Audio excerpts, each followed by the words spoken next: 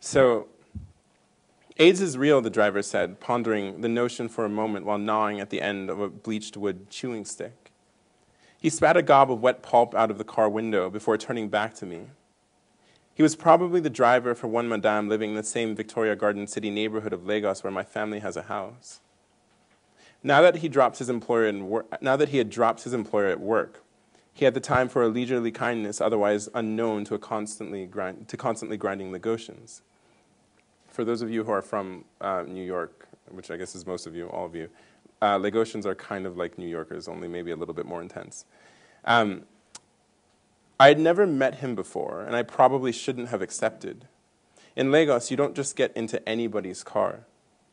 All the same, I was appreciative when he offered me a ride after seeing me walking from our house to the Lekki Expressway where I could catch a taxi. I fidgeted in the passenger seat of the air-conditioned SUV. In the distance, the mini skyscrapers of Victoria Island and down at the city center near the marina shimmered against an embankment of low clouds.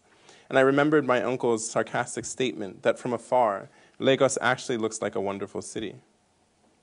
Like New York, Lagos is a city of islands.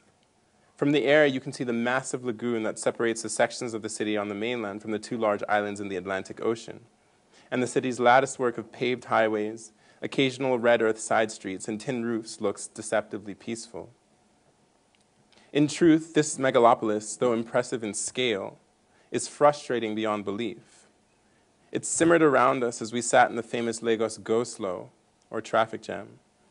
Cars and trucks stretched for miles ahead of us, towards the city center, and for miles behind us, towards its outskirts, where developers couldn't build houses fast enough for an exponentially growing population. Street hawkers roamed amongst idling vehicles and thrust everything from chilled soft drinks in perspiring bottles to steering wheel covers up against car windows. Lagos, the joke goes, is the one city in the world where, because of the traffic, you can accomplish all your shopping on the way to the market. That morning, the only forward movement came from the okadas, or motorbike taxis, which buzzed through the tight spaces between cars, leaving behind a trail of suffocating black exhaust as they passed. I was on my way to see Rolake Odetoyinbo, the head of Positive Action for Treatment Access, or PATA, an advocacy group for causes related to HIV/AIDS. I was going to be late, even by Nigerian standards. PATA's offices were in the Ikeja section of Lagos on the mainland. And though I had budgeted 2 hours for what should have been a half-hour drive, an accident on the road blocked movement.